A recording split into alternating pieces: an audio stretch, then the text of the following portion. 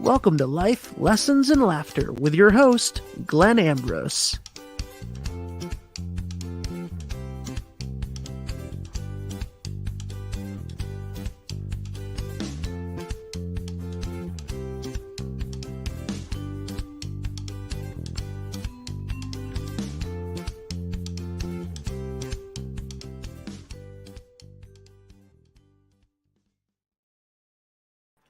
Dun dun dun dun dun dun dun dun dun dun dun. Catchy little ditty. What's happening, people? How are you? Welcome to my live. So today, this was decided 4 minutes ago, maybe 6 minutes ago. Oh, and I just realized I have the wrong mic on. Okay, guys, I'm going to keep talking while I change my mic, I think. Anywho, yeah, so I just talk about last minute. I am officially last minute today, even more than usual. You guys know I don't do a lot of planning, and I had some work done, so my office is all out of sorts. I had some work done on the house yesterday.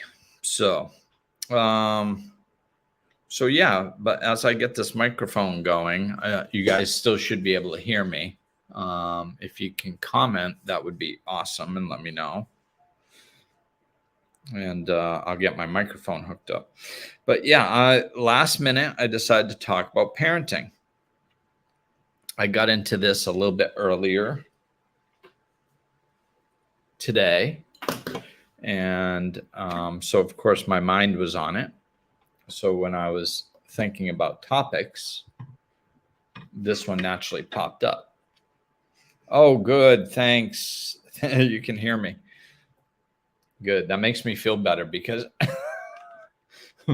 because this is taking me a little while to connect. I just put it in backwards. So I'm glad you guys can at least hear me decently now until I get this mic set up, and hopefully you can hear me better. And this will be a good experiment. You guys can tell me if the mic works better. So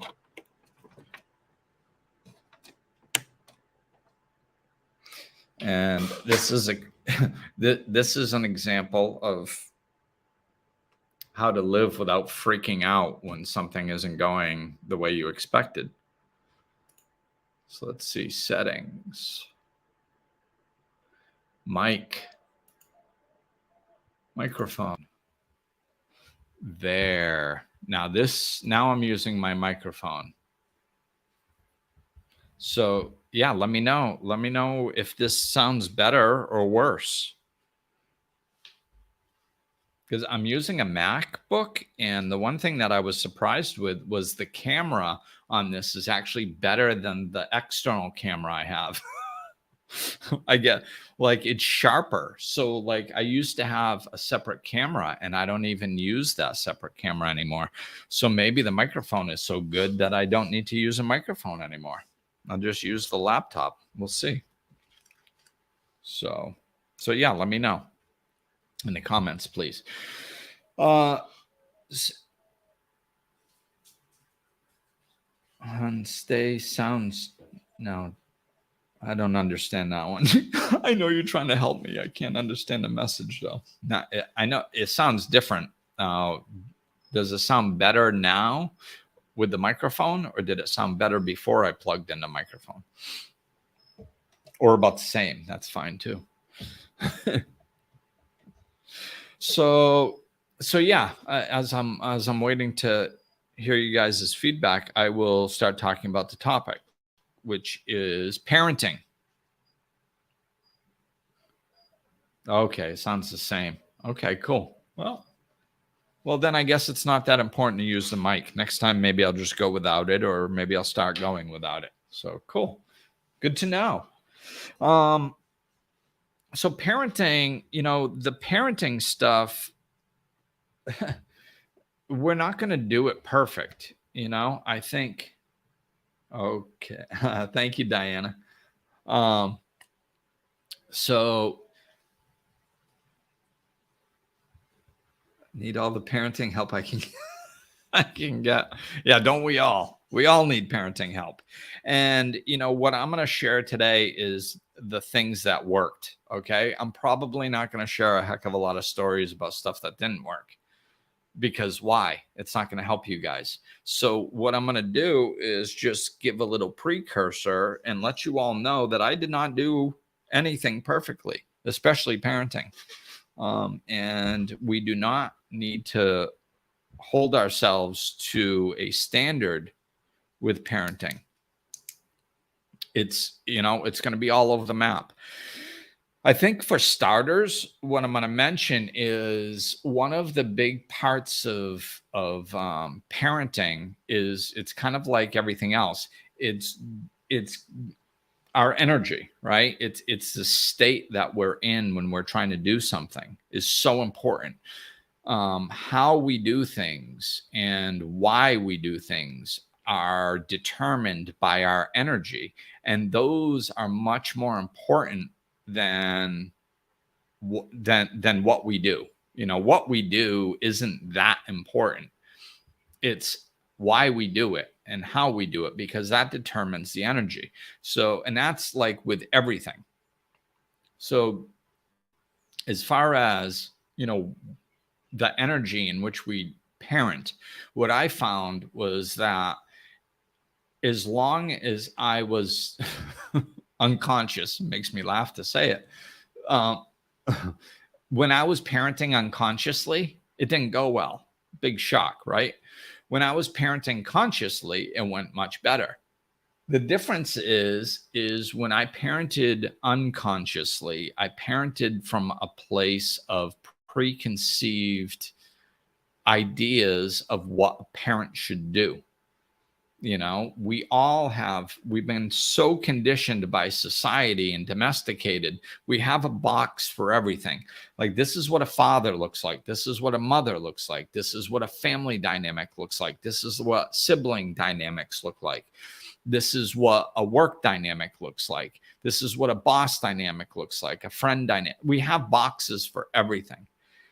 And they have these unconscious outlines, this unconscious description of what a parent does and how a parent acts and what a parent is supposed to do in certain situations. And it's all derived from our past.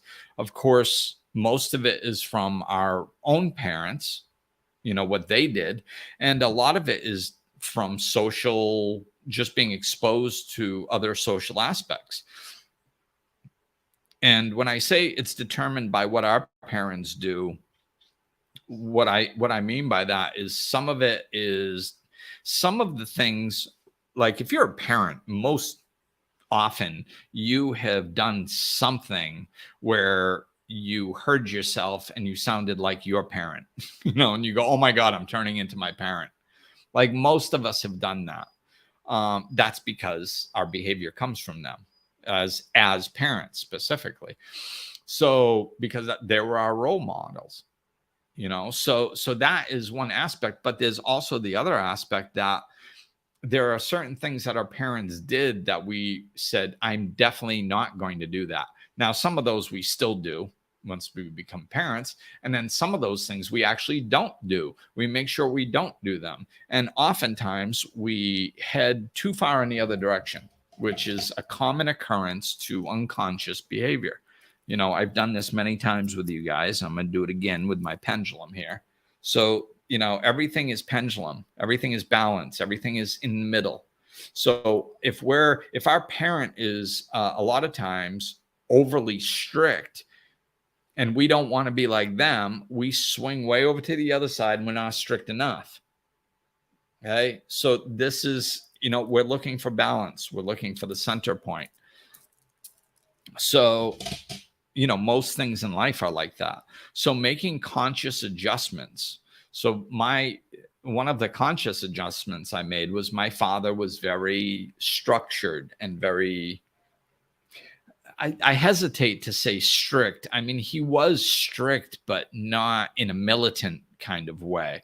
Like there are definitely parents who are much stricter than my parents, you know, but there was a strictness aspect to it that was pretty, because it was so structured. Like everything was perfectly consistent all the time, and it was just, there was a right way of doing things all the time. There was no real fluctuation when I was a kid, you know? So that's what I mean by the strictness in my upbringing. And I didn't want to be like that because it felt one way. It was always one way. So what I did was I was like, okay, I'm not going to do that. But I did see the value in consistency. So I'm like, how can I have consistency without being the same, like being so much structured, you know, where the answer is, you know, the answer before you even ask. Like there's no flexibility in there. There's no real life dynamic to it. That's not how life is. It's like you don't just, hey, can I have a candy bar? No, always like that. It's no today, and it's going to be no for the next 42 years. Like that's not life, you know? So I wanted to bring in a little bit more flexibility. So I wanted to, you know, I'll use the candy bar thing because it's a good example that most people have experienced this. So I use the candy bar thing as an example. I saw that. So all this stuff is bleeding into other things. So it's truly a spiritual conversation because there's so much overlap. You can't really talk about one. So I saw the value in consistency. All right. So consistency, I'm going to stick with the candy example and double back to this, the reason for consistency. But so what I decided was I wanted my son to be able to ask me if we could do things or if he could have a candy bar or whatever. And if he wanted something, so we could have a dialogue or something. So like he might be able to get a candy bar sometimes, you know? So what I did was I made it about the question, not about the specific scenario. So whenever he asked me a question, I would stop and think about it. That pause would disconnect me from my preconditioned responses. You know, it didn't turn it into a structured, automatic, he asks and he gets a no, or he asks and he gets a yes. Like I wanted to bring consciousness into it and slow down and think about the question before I answered them, which is a wonderful habit to get into in all areas of life. Just pause for half a second and give a thought out response. You know, so Dad, can I have a candy bar? And I would think, is today a good day to have a candy bar? Is there a reason not to? Like, you know, are we on our way to have dinner? Or has he gotten a candy bar every time we go out? Like for the last 3 times, and he's starting to think that this is a habit and he doesn't have to have one every single time we go out, you know, just every once in a while is nice.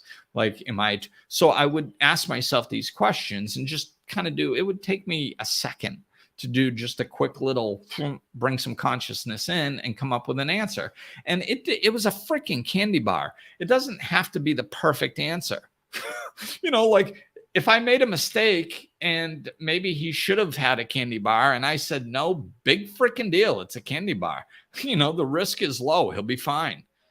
You know, so I didn't make it some huge intellectual exercise. So what I did was, you know, I'd just do that check real quick and then I'd give him an answer. And like when I first started doing this, I was almost waiting for the day that I said no, I think, if I remember right, because I knew I wanted to give him an explanation. So here we are, we're at Walmart. I still remember it. And he asked me and I said no. And he started going, please, Dad, please, can I please? And I stopped and I turned around. He was behind me. I turned around. And I said, I can't say yes. I can't say yes now. And he goes, yeah, of course you can say yes. You can change your mind. You just say yes. It's fine. And I can get the candy bar. Dad, really? You can say yes. And I said, no, I can't say yes because it's not about the candy bar. See, I taught Mateo dynamics from day one, and we can teach our kids dynamics, which I got to make them note of because this is important. I'm going to go into dynamics in a minute too. So I taught him the dynamics. So I said, it's not about the candy bar anymore. He said, well, of course it's about the candy bar. I said, no, it's not. It's about my answer now. It's about me saying yes or no, and you trusting that I'm going to stand in my answer. That's what it's about. So that you see, if I say no, you can't have a candy bar, and then you go, please, Dad, can I have it? Please, please, Dad, please, can I have the candy bar? Please, please. And then I go, oh yeah, okay. What I'm teaching you by my actions is that when I say no, what you need to do is keep asking me over and over and over and over and over again. And eventually I'll cave and say yes. And then if I teach you that that's how you're supposed to behave to get what you want, from this day forward, every time we're in a store, that's what it's going to look like. I'm going to say no. You're going to say, please, Dad, please, Dad, please. And it's going to happen with everything. It's going to happen with a bike you see that you like. It's going to happen with a candy bar. It's going to happen with a toy that you want. It's going to happen with everything. And I'm not living like that. I'm not going to live like that for the next 15 years. I'm not doing that every day.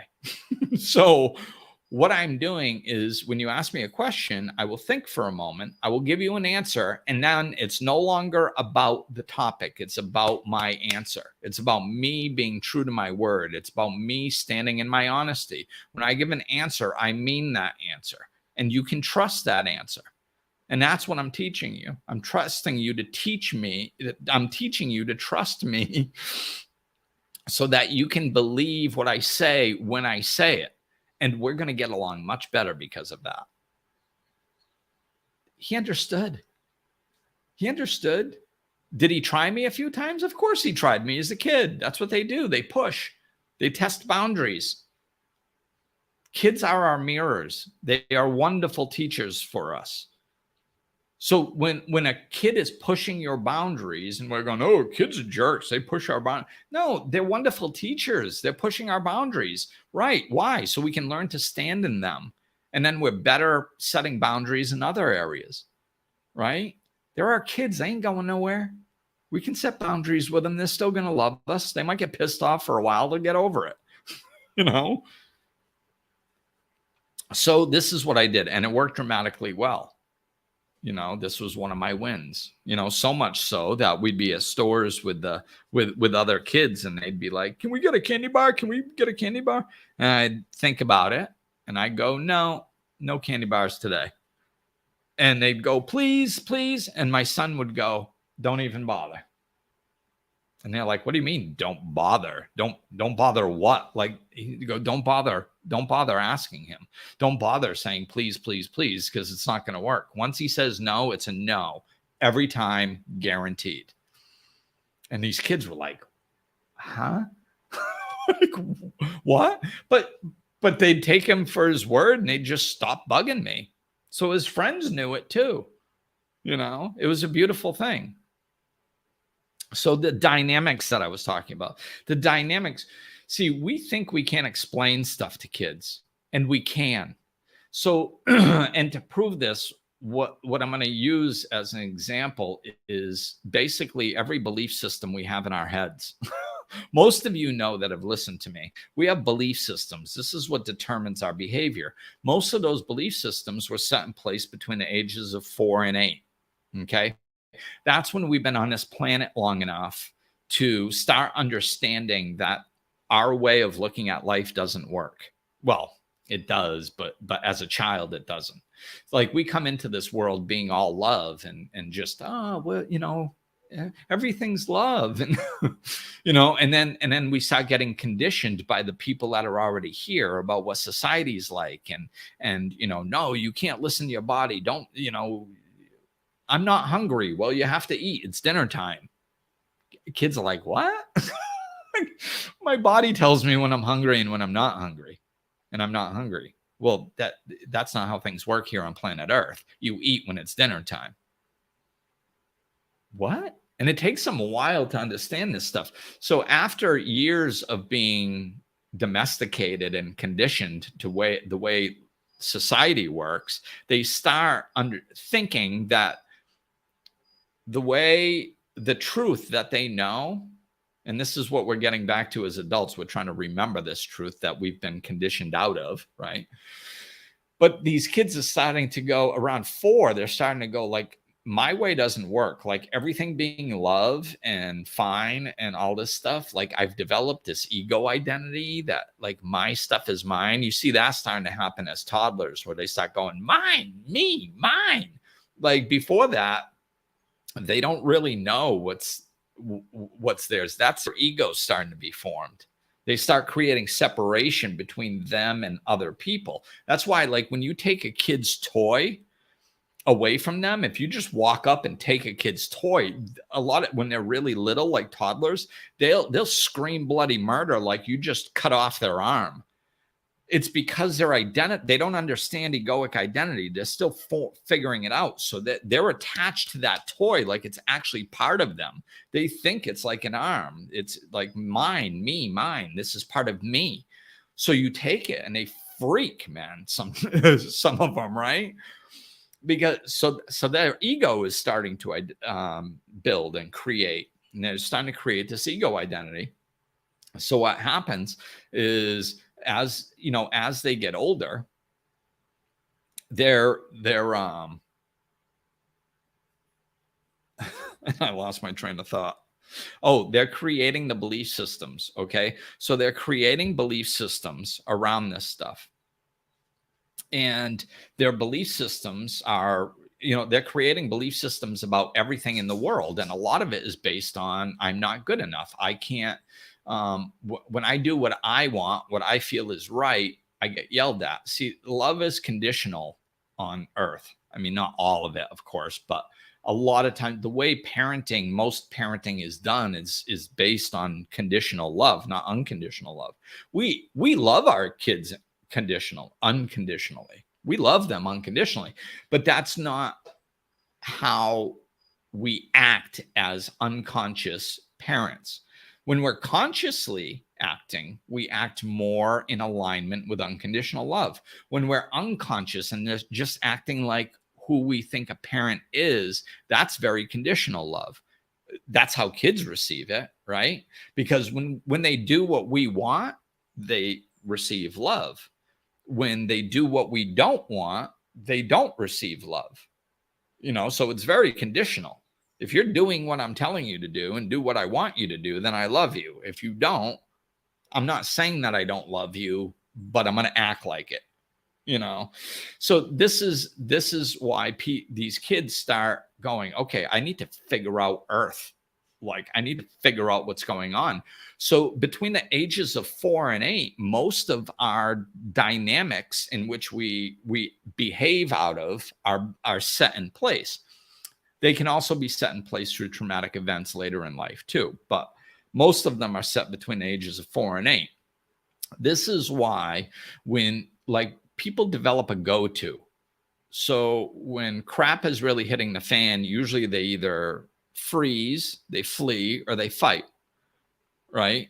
It's, you know, defense mechanisms. It's, you know, so what happens is these kids develop this. And a lot of times, if you notice, siblings are different. Why? Because none of those 3 work well. It's not just one way to fit all situations, but we pick a go-to. So oftentimes what happens is an older sibling's been here longer. They pick one.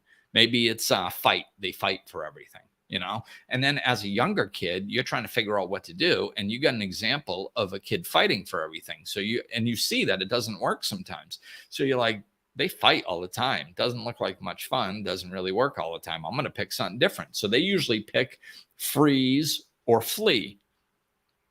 You know, so this is one of the reasons why siblings are so different a lot of times. They are sponges, man. They are taking in everything that's going on. So as they're picking this stuff, they're noticing dynamics. Well, how do I get what I want? Well, what I want is love. How do I get that? Well, if I keep my mouth shut, they seem to give it to me more. Oh, okay. So I'll keep my mouth shut. Some kids pick that. So this is the dynamics that I'm talking about. They understand dynamics.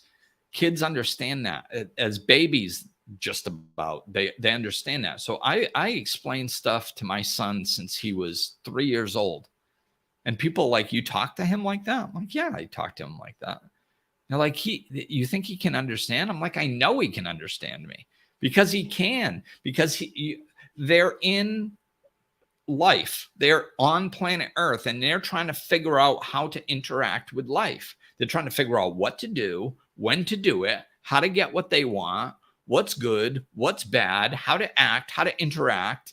They're figuring out all that stuff between the ages of 4 and 8. That's why our belief systems are there. So when somebody like selects fighting, let's say, a lot of times when they lose their temper when they're 45, they look just like a 5-year-old losing their temper.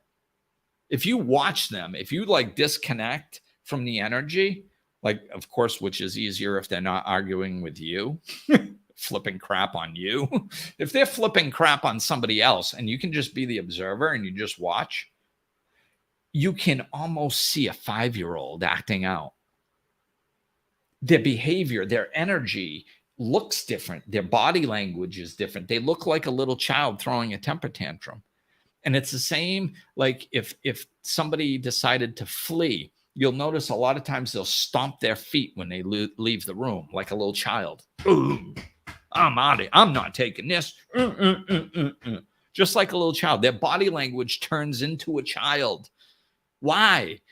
That's because that's when their belief system was set in place. That's where they had experienced enough in life where they went, when I'm overwhelmed and I can't handle the situation, this is what I'm going to do. Well, how did they set that belief system in place if they don't understand dynamics? Of course they understand dynamics. They understand being overwhelmed. Maybe they can't verbalize it, but they understand it. Maybe they can't verbalize all this stuff, but they can understand when you verbalize it. So when you're talking to them and you're like, you just get so, you can talk to them like a little kid, be a little animated, you get so, you don't know what to do. Yeah. Every kid will say, yeah. Every adult will say, yeah. Every human being on the planet will say, yes, I know what you mean. Why? Because everybody's experienced it, even if they're 4, and you can teach them this stuff. So you can explain these dynamics to them and they will understand you. One day, Mateo was little. I'm not even sure. I may have not taught him the little "don't ask me" over and over thing yet. I think it was even before I taught him this. I'm not sure though. It was probably close in age. But we were in Walmart one day, and he said to me, there was this kid screaming at another cash register that he wanted a candy bar, or I think it was a lollipop. I kind of remember this kid wanted a lollipop, and he was flipping crap over a lollipop. And Mateo goes, he was little. He was still sitting in the carriage. And he goes, I know why that kid's doing that. And I said, you do? He goes, yeah. He's doing it because he knows if he does it long enough that his mom's going to say yes and he's going to get the lollipop. That's why he's doing it. And he was all proud of himself, I know why that kid's doing that, because he knows he'll get that lollipop. And I was like, you're right. That is why he's doing it. And I don't know if that's what spawned me to teach him the lesson, or if he knew that already because I taught him the lesson. I don't know. But regardless, it was really freaking cool. So I guess that part of the story. So when you're explaining stuff to kids, do these, explain why you're doing it. They're much smarter than you think. They might not understand everything, but they do understand dynamics. And if they don't understand everything, who cares, man? You planted a seed. You're communicating with them on an intelligent level. That's a beautiful, relationship basis to have. So explain the dynamics. So explain things, explain things to them, explain the why that you're doing things, and don't BS them. So don't BS yourself first. Like if you're going to talk to your kid about something, slow down, disconnect from the unconsciousness and lock into the consciousness and look at the situation realistically before you have the conversation with them. Like school. Now, I have to be honest, and I dislike school more than most people. Why? Geez, I don't know, because I had a horrible time in school. Like I was ADHD off the wall and I couldn't sit still, and that's unacceptable in school environment. You need to sit still at a desk and pay attention. I couldn't do either one of those. So I got in trouble constantly through school from pretty much day one until I graduated. I was in trouble. So no, I do not like school. And it's kind of not how I function anyway, in a lot of other ways that I won't get into, but for this conversation, it's not important. But like, to the idea behind school, and I'm going to preface this by saying I understand it's the best system we have at this particular time. And we're starting to do better. There are lots of schools out there and adjustments being made where I think we're heading in a better direction. But the general basis of school is taking all kids and making them as close to being at the same level as humanly possible in everything, everything we teach, like English, math, whatever, history, everything that we teach, we want to get them at a decent level as close as possible. And we had to set different standards. Like in my school, it was like O1s were the smartest, and then O2, and then O3, and then O4, or I don't know if they had O4 or if it went to the remedial classes, but there are, we had to have that structure because it's impossible to get everybody at exactly the same level. So we have that, but within that system, that's what we're trying to achieve. And if you don't do well at something, they put extra attention on it. So they get you better at it, which is counterintuitive. Like, I mean, if you're not good at something, you shouldn't be doing it. That's why you're not good at it. Well, you just like, there was like, I was really good at math in school. It was like, I actually did good in math even in high school when I didn't try at anything. So basically math, I didn't really have to try. I could just trip and get it right. So like lots of people aren't like that. Lots of people struggle at math. Well, guess what? You shouldn't be doing math. Like, is it beneficial to learn how to add and subtract? Sure. So you can keep your checkbook straight or something, which we don't even do that really nowadays. But like, trying to get people really good at, or not even really good, but just at a certain level at math that shouldn't be doing math is counterintuitive. So when somebody's not good at something, we put extra energy towards it. Like, we should be trying to find out what people are good at and get them extra good at that, because that's what they're supposed to be doing. Right. So the system that everybody is the same, the idea of taking children that are at their highest energy level that they'll ever be in their entire life and making them sit at a desk for 6 hours a day is just absurd to me. It's just mind-boggling that we even think that that's a good idea for some reason. I don't get it. So yeah, I have some issues with the school system. When my son came to talk to me about not liking school, or when it came up, I don't like school. It's like, yeah, it's ridiculous. I didn't sit there and tell him like, oh, but you need it. And it's necessary. And you have to.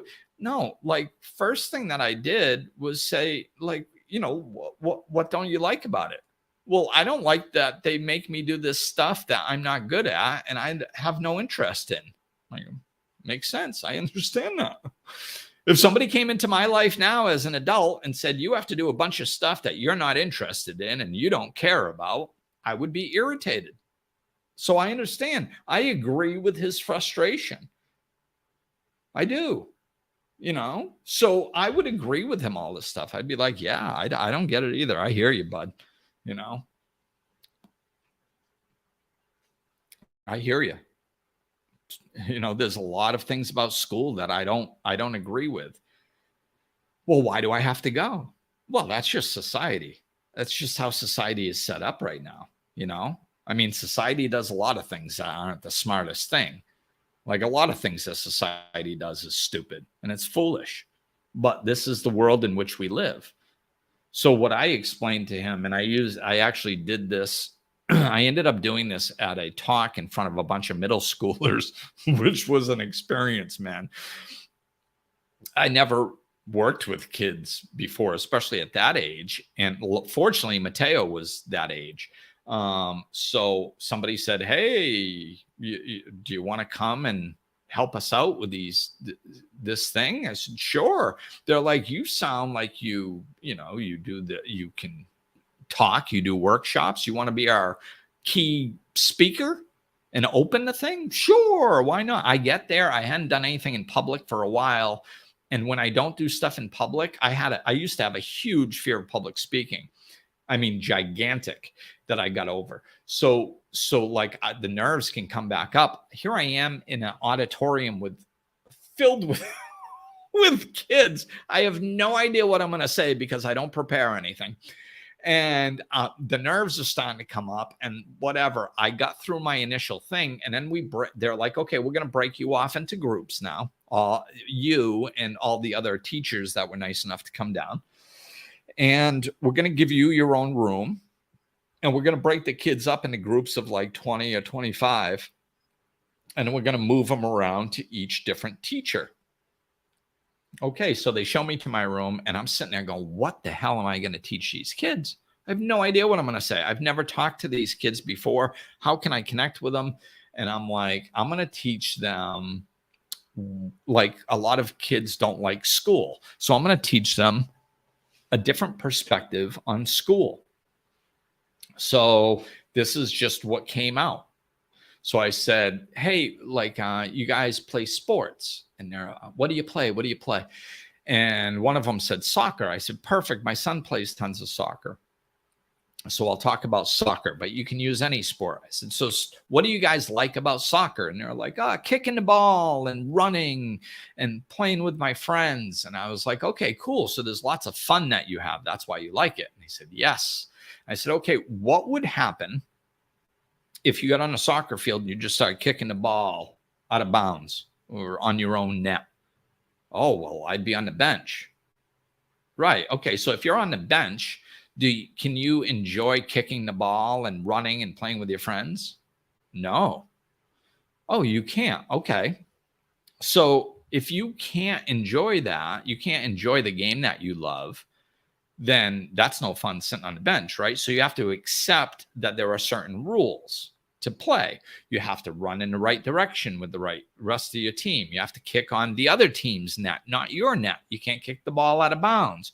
So you accept that there's rules. And if you accept that there's rules and you play the game by those rules, you get to have all kinds of fun with your friends, right? Yeah. Okay. That's life. There are rules. And right now you're in school. So when you're in school, you have to play by the rules. And if you play by the rules, well, then you can have all kinds of fun with your friends. Society says that you need to get an education. You can get an education. And when you get out of school, you can kind of you can start really following what you want. Like when you go to college, you get to pick your major. You get to pick what you like to do. And then you can follow that and you can get a job in that field. And people can't come up to you and be like, well, you don't have an education, so you can't do this. Like you played the game, so you can do whatever you want. And they're like, oh, cool. So my purpose with my son and with these kids was to put them in control of their life. See, what we do as adults is we try to control kids. We try to get them to do things that we think are important for them without them understanding why. And that's a crappy setup. because they're constantly like, how long do you think that's going to last? How much effort can people put in a healthy way when they don't want to do what they're doing? We never address that. We never address that dynamic. We're making kids do what they don't want to do. And they come up to us and they go, I don't want to do this. And we go, you have to. You go, yeah, but I don't want to. Yeah, but you have to. And then we wonder why we're doing a bunch of stuff. And then we're adults doing jobs that we don't want to do because somebody said we had to make a bunch of money, or this will make us happy if we do this. And this is why we're all messed up, right? So start teaching them at an early age that for them, the way I told it is I said, you use school. Don't let school use you. So you're going to school because your parents say you have to, and you do your schoolwork because your teacher says you have to, right? Yep. Do you like that? No. Okay, then don't do it for them. Don't do your schoolwork because your teacher said you had to do your schoolwork. Don't go to school because your parents told you had to go to school. Go to school so you can do whatever the heck you want when you become an adult. Use it. You use school to get what you want. You're in the driver's seat of your own life. And I taught this to young kids. I taught it to my kid when he was little. Put them in the driver's seat of their own life. And that was the only time, my son did the best work when he decided that, because there's excuses, especially for intelligent kids. My son's very intelligent, which can double back on you as a parent, right? I was very intelligent, so I could rationalize and overcome stuff. So as long as I was trying to get my kid to do things in school, he would find a way not to. Be like, the teacher didn't give us our homework at the end of class. Well, you should have gone and asked then. Well, it's her responsibility to tell me. Once I explained to him, I'm like, no, your teacher gets paid the same no matter whether you get your homework done or whether you don't. It doesn't matter. It doesn't matter if you get your homework. Cool, Diane. It doesn't matter if to the teacher if you get your homework done. I mean, of course, there's good teachers out there, don't get me wrong, that actually care about their students and are trying to, but I mean, at the end of the day, that doesn't matter. It doesn't matter. Kids should be doing what they want to do for themselves. They need to use school to get what they want. Who wants to be standing around in life with no skills, no education, no abilities, helpless, and have a bunch of adults be like, okay, well, you got to work at McDonald's. You have to do this. You have to do that. See, the more cards you're holding, then the more you can play out. The more cards you're holding, the more choices you have. So this is how I see education. And I mean, of course, there's ways, I started my own business. I don't have a college education and I'm fine. It's not the only route, but it is a good route. I mean, to be honest with you, if you apply yourself and get more education, you have more opportunities. Fortunately, I'm kind of lucky because I need to have my own business. And I need to do things on my own. It's just how I function. So me not having a college education hasn't held me back. Many people it would hold back because many people don't have my same personality, right? So it's helpful. And even if I did start my own business, if I had if I went to college and learned all business courses and entrepreneurial courses and stuff like that, my business would have built a lot quicker and a lot easier than the stuff I went through. Right? I had to learn it on my own. So there is benefit in getting an education. My point is that we're looking at it wrong. We just tell kids, do what I'm saying, do what I say, do what I tell you to do. And they're like, yeah, but I don't understand why. It seems stupid and it seems foolish. Yeah, it is stupid. It is foolish. You shouldn't have to get an education to do what you want, but that's society, man. you might as well accept it and play by the rules. Then you get to have whatever you want. If you don't accept it, you don't play by the rules, you got no cards to play, and you're standing there and you're in life and you kind of got to do what other people tell you because you got no cards to play, right? So don't let school use you. You use school for your purpose, to design your life so you can do what you like and you can be happy. That's empowering. This is what we want to do with children, is feed them, empower them, teach them how to live their life so they get what they want. Now all of a sudden you're sitting there and you're going, your teacher doesn't give you the homework, and you go, okay, well, teacher doesn't give me my homework. If you're looking to not do homework because you don't like homework, you just won't do it. And then you go into class the next day and you get a crappy grade, and the teacher goes, well, you should have asked, or yes, I did give it to you, or blah, blah, blah, whatever the excuse is that day. But the point is you end up with the bad grade. The teacher doesn't. So if the teacher screws up, your future sucks. That's not cool, right? So you take control of your future. You make sure you get good grades. Why? To please a teacher? No. To please your parents? No. It's because it's your future. That's why. You're the only one that's going to suffer if you don't get your homework done, because you'll get crappy grades. You'll be holding less cards, right? So do it for you. Don't do it for everybody else. Now, all of a sudden, that's empowering. Now you're creating your life. That's the good stuff. This is what we want to do to our kids. We want to empower them. We want to teach them that, yeah, we got to play by some rules. And sometimes the rules are stupid, but whatever, they're the rules. Do you see a way around it? Me neither. So let's play by the rules, But why? So you can get what you want. That's why. Not for anything, not for any other reason, right? So let's see what else I got down here. Let's see what that rolls into. Explaining things. Yeah, giving them freedom of choice. And stop. See, so this is, I knew it was rolling into something.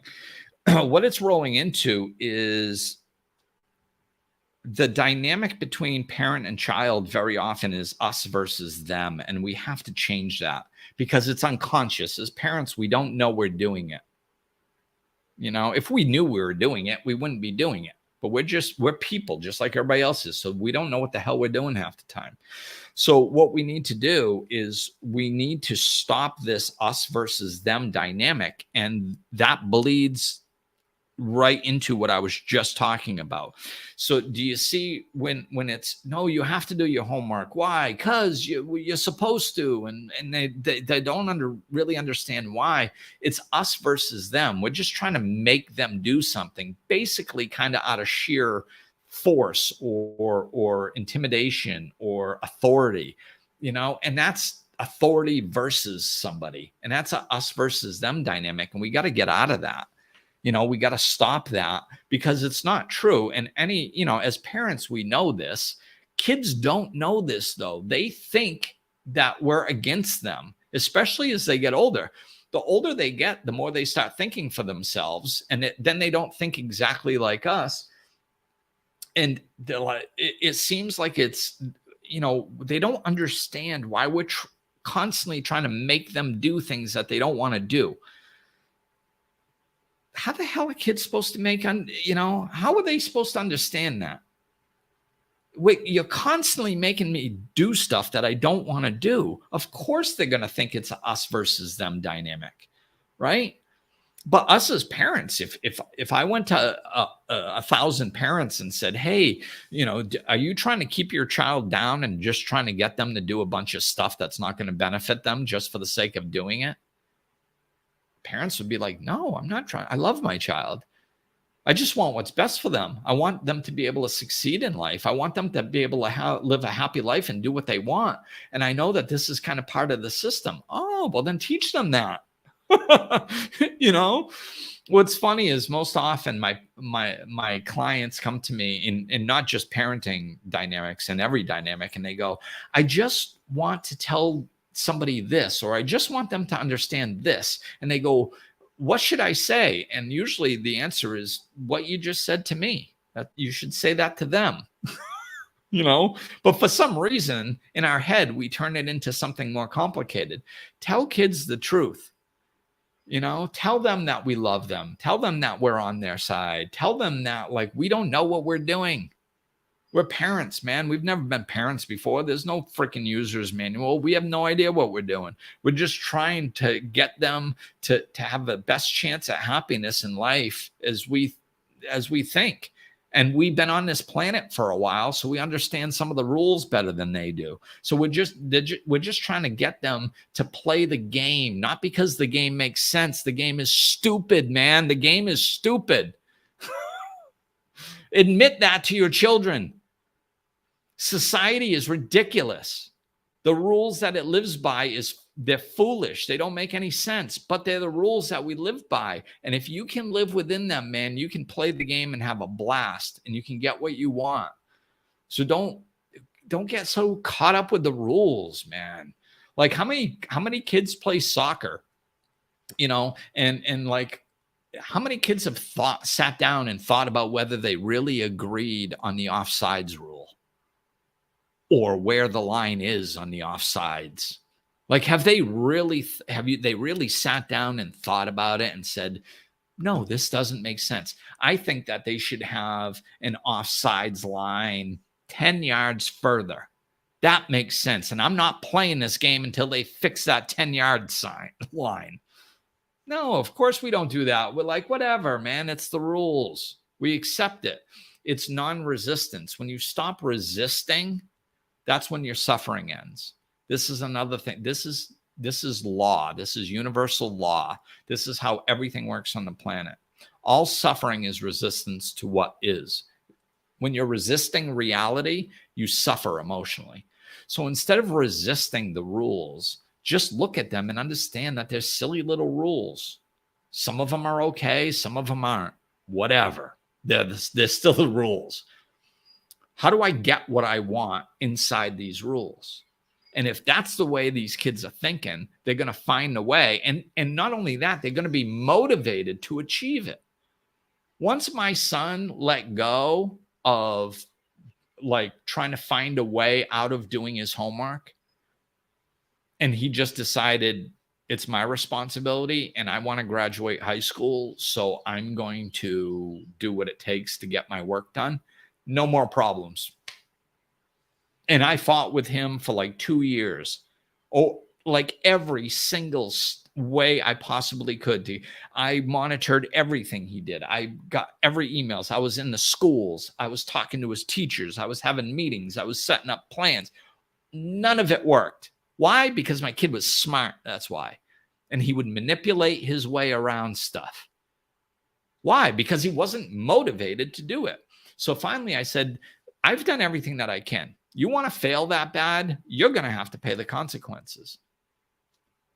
In life, there are consequences. So this is the next thing that I'll go into. So I told him, I said, you're going to, if you want to fail that bad, like you fight me on everything that I do.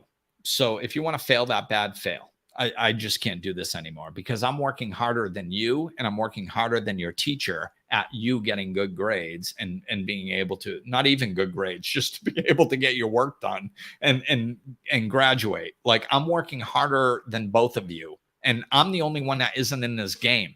There's a teacher in the game and there's a student in the game. I'm not even in the game and I'm working harder than both of you. And both of you are sabotaging this game. I'm out.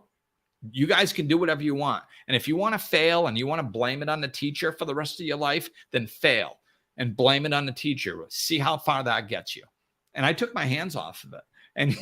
And then all of a sudden it clicked because it was his choice. And he decided, no, if I apply myself, I can probably do this. Never a problem again. His senior year, he got the best grades ever than he ever did in his life. Now, granted, we moved from Rhode Island to Florida, so the school system's different. We got to be honest here. He said the school was very easy, but still, he made sure he got his work done his junior year and his senior year because it was his responsibility.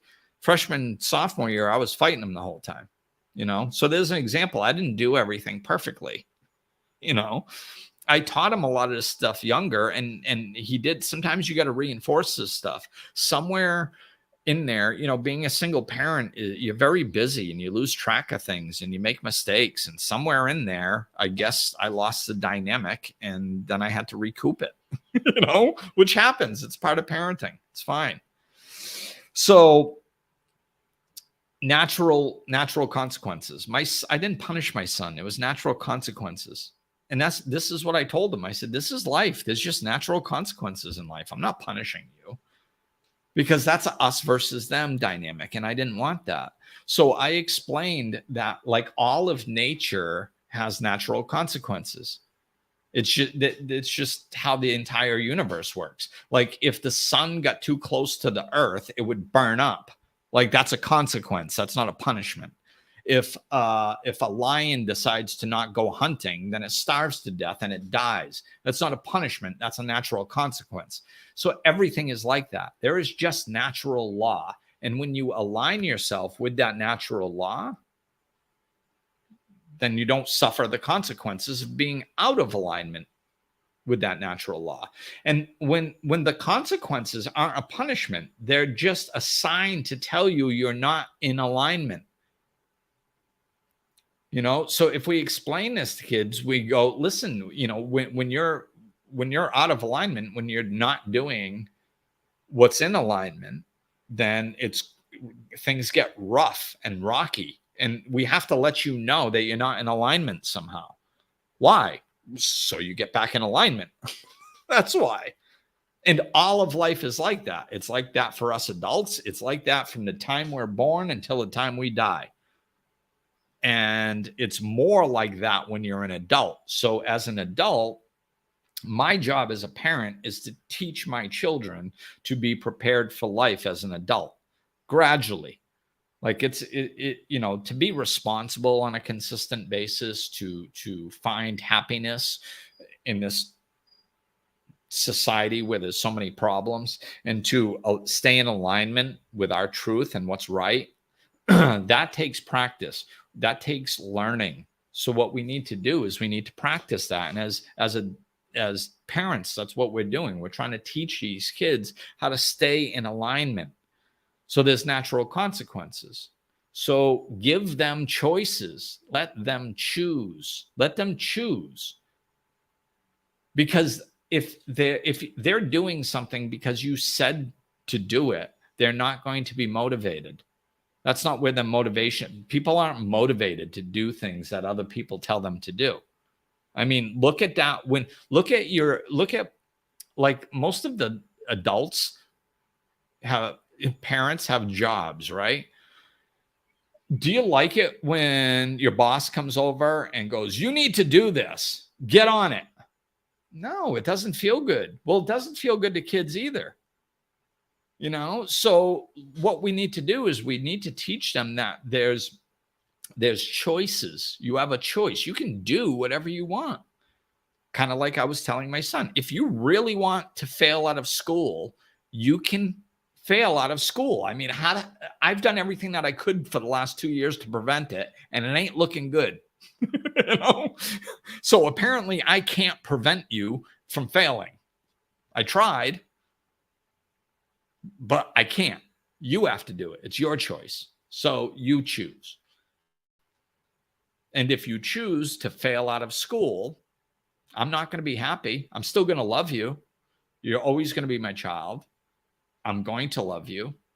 And you might not have many opportunities in life, and there's a good chance you suffer because of that, because of your choices, because you went out of the alignment of the rules and you chose to go another way. Well, you know what? If you're sad, there's going to be a little piece of my heart that aches for you, but I can't live your life for you. I can't do this for you. So I'm trying to teach you to make choices that benefit you.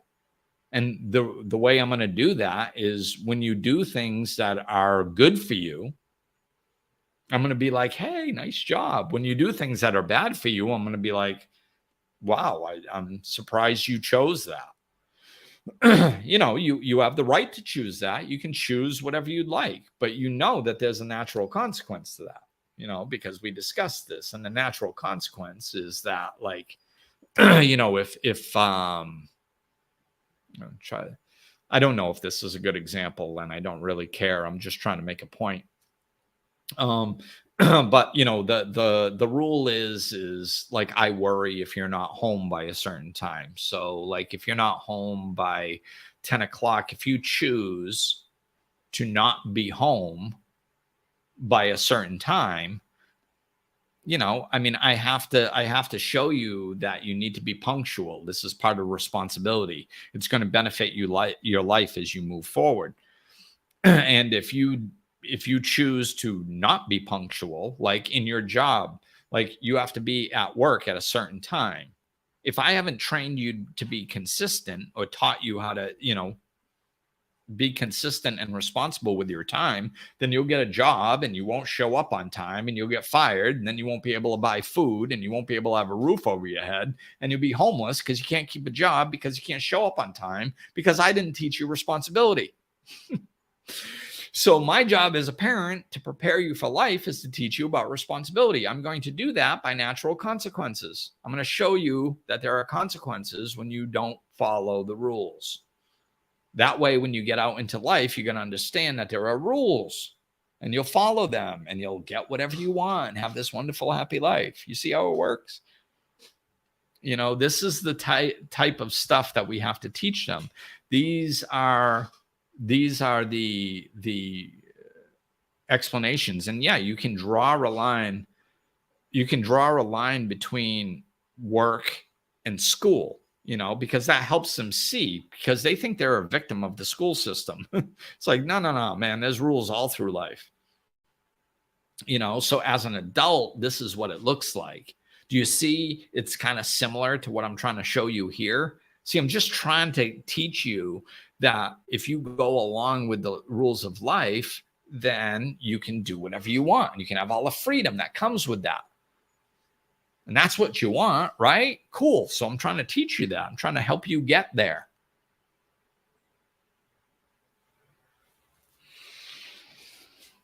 So there.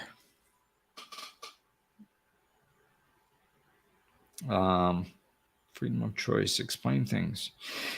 And okay, so long-term thinking and consistency in parenting, I'm going to kind of bring these together. Consistency is key, man. We have to be consistent. So the long-term thinking helps that, because as parents, and, sure, especially as single parents, I would say, there's one person instead of two, so it can be harder. But it doesn't matter. The dynamic doesn't change. It just makes it a little harder, or not, if there's more than one of you. But consistency is important, but it's tiring being a parent, man. We are exhausted being a parent. It's the busiest stage of life when you're trying to work, have a career, keep a house clean and decent, get kids doing what they're supposed to be doing, extracurricular activities, friends. There's just so much going on when you're raising your kids and working. That is the busiest stage of life by far. And it's exhausting. So we have to take care of ourselves to the best of our ability, first off, which is, we have to take care of ourselves to the best of our ability, first off. Why? Because that's how our kids are going to learn to take care of themselves. You want to avoid your kid being 35, 40 years old, coming over to your house going, oh my God, I'm exhausted. I feel like I'm having a nervous breakdown. I don't know how to handle it. It's just, oh my God. You want to know how to prevent that? Take care of yourself now. That's how you prevent that. Because if you show your children by your actions how to care for yourself, they will care for themselves when it's their turn. So it is not selfish to care for yourself. It's, that's self-love. Selfish is different.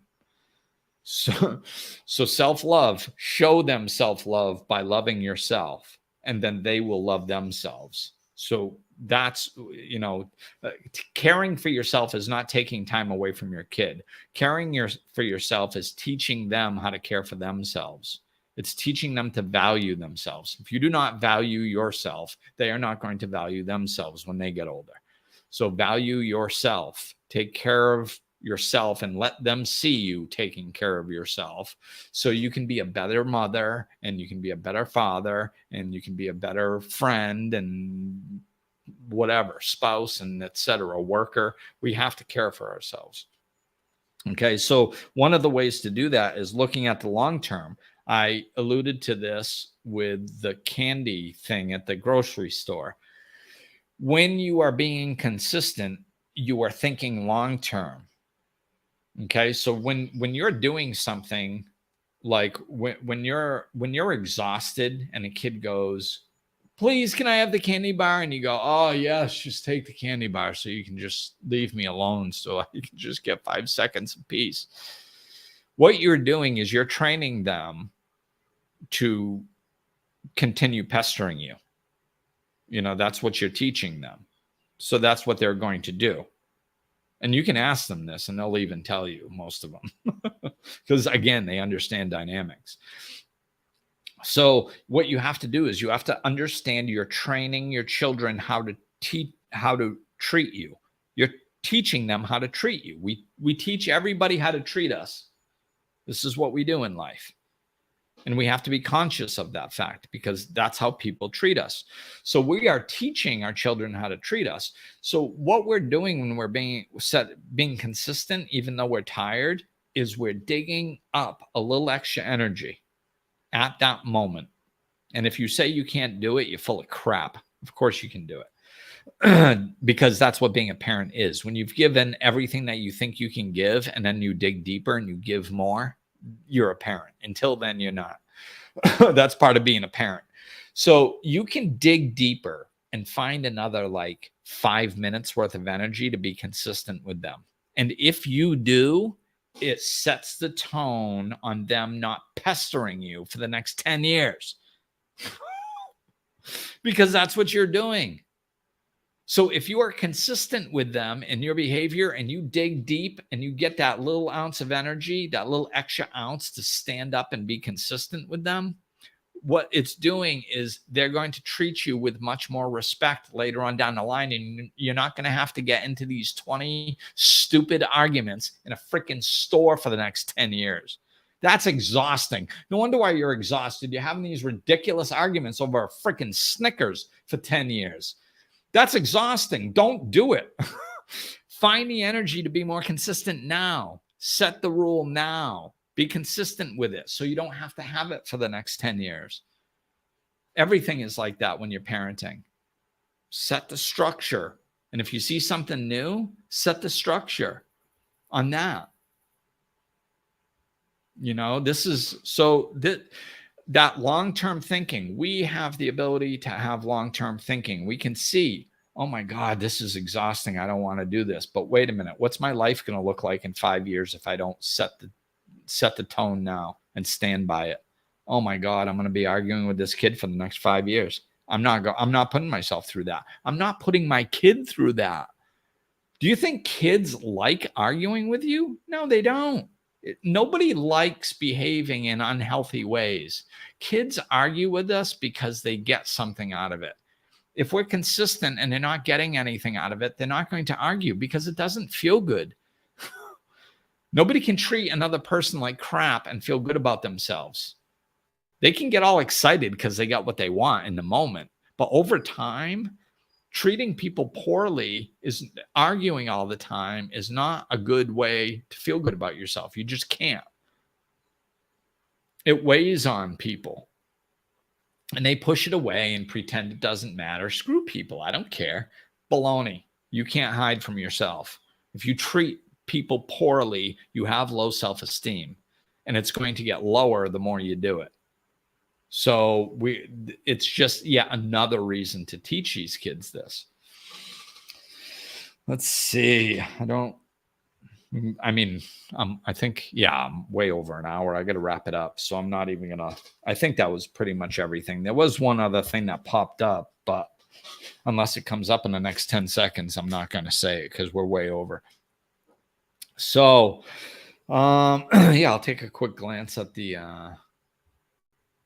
comments. Francis, you must be up late. She's in the UK.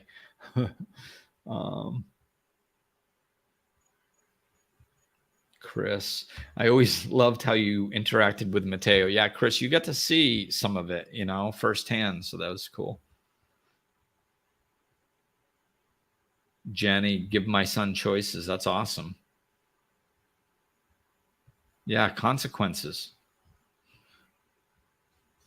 Don't overschedule your kids. Yeah. We do too much, sometimes. So what was that thing that just jumped out? Living here. Oh, consequences. Yeah. So real quick, I'm not even gonna really explain this too much. Where we fell off, just so you understand, like in a historical sense, like generations ago, it was okay to beat your children and they were supposed to be seen, not heard, and all that type of stuff. That's how things went on for hundreds of thousands of years. Okay. So things were like that for a very, very, very long time. And it worked because people were different. People are much more sensitive now because there's a spiritual awakening happening on the planet. And we have to be more sensitive to enter into a new, more loving way of being. So this change is occurring generation to generation to generation. So like my parents' generation was the first generation to begin stop beating their children, really, or maybe my grandparents. Like the beatings and the fear slowed down 1 or 2 generations ago. It slowed down. By the time my generation came, most people didn't beat their kids. I mean, some still did, but most, especially in the developed countries, most parents didn't beat their kids anymore, which is cool. Don't beat your kid. Good freaking idea. However, we didn't replace those consequences. That was your consequences, your ass whooping. Well, we stopped the ass whooping, but we didn't replace it with anything. Do you see? This is why, the kids are great nowadays. I think the kids are phenomenal nowadays, and I'm a huge fan of them. Period.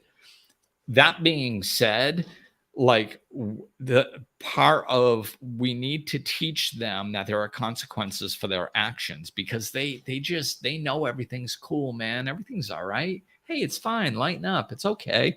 And that's a very important spiritual, loving, wonderful aspect to have. And we don't want them to lose that, but we need to teach them that they need to participate in their own lives. And they will derive joy from that. We need to empower them and be like, man, it's a blast. It's a blast having freedom. It's a blast being an adult, doing whatever the hell you want, whenever the hell you want to do it. It can be fun, man. It can be fun being an adult.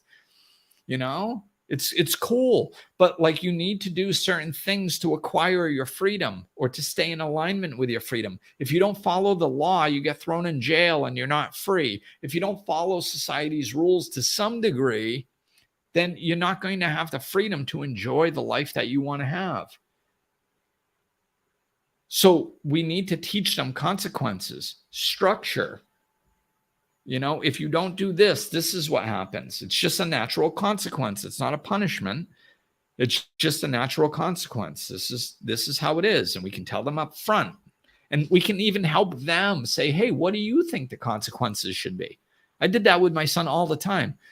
So, hey, we need to, your behavior is off in this way and it's causing problems. You're disrespecting me. So, for the next 2 weeks, I'm going to be on your case to really respect me, because that's not okay. All right. So since I'm going to make sure that you're respecting me and I'm going to call you on it every time, there needs to be consequences for if you decide not to. That's what a boundary is. If a kid gets to choose whether he's going to follow you or not follow you without any consequences, why the hell would he follow you? Right? There has to be consequences. And it helps if they know them ahead of time. So I would sit down with my son and I'd be like, what do you think the consequences should be? And you want to know what? When he was young, most times I had to pull back his consequences. I thought they were too severe. He would punish himself way too much. he'd be like, no video games or TV for a week. I'm like, geez, dude, you just kind of, maybe that should like be strike 3, not strike 1. That's kind of a big consequence, like I just want, and I used to tell him the consequences are to capture your attention. They're not to punish you. I just want to capture your attention so you notice that you're not enjoying the way your life is going when you do these behaviors. When you disrespect me, your life, you don't have as much freedom. You don't have as much joy. You don't like the way it feels. You don't really like your life when you're busy disrespecting your father all the time. That's a natural consequence. You shouldn't like your life if you're disrespecting your parents, right? So I would bring him into the conversation and be like, and we would go steps 1, 2, and 3. And 3, I would try to make really severe so he never hit it. And I would understand that he would push me because he's a kid. So when he pushed me and did 1, I didn't go, don't you understand that you're going to go 2 and then 3 and I said, no, it's your choice. I understand. You want to test the boundaries. Well, here's your consequence. Oh, you did it again. Okay, well, here's consequence number 2. Oh, you did it. You really want to push. Okay, there's consequence number 3. And then the resistance would go, no, this isn't fair. Be like, hey, man, it's your choice. You knew what the consequences were. I followed through on number 1 and number 2. What made you think I wasn't going to follow through on number 3? And I follow through with everything.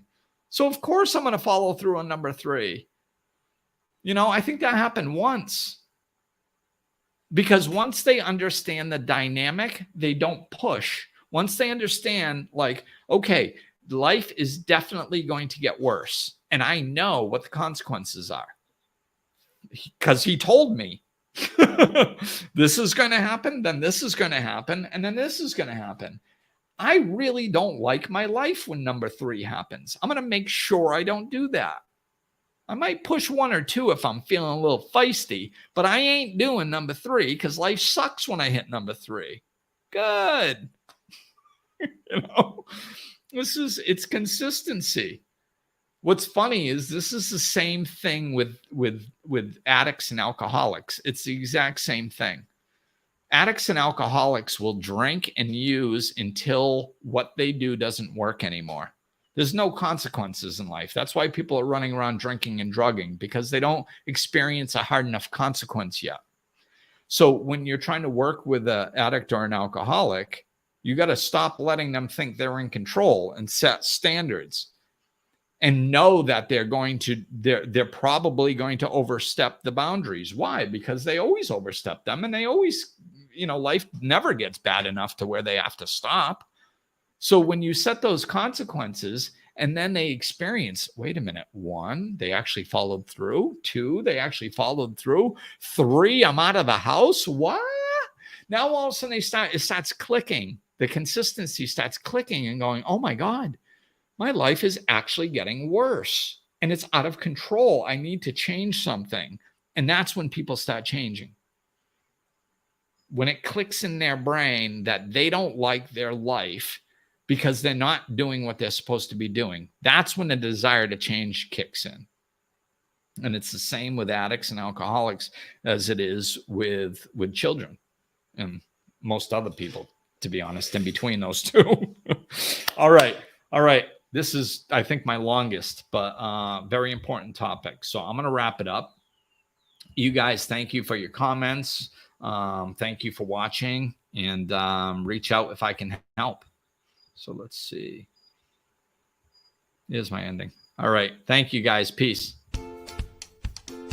Looking for more? Check out over 200 episodes of Life Lessons and Laughter, or click the link in the description of this episode to connect with Glenn directly.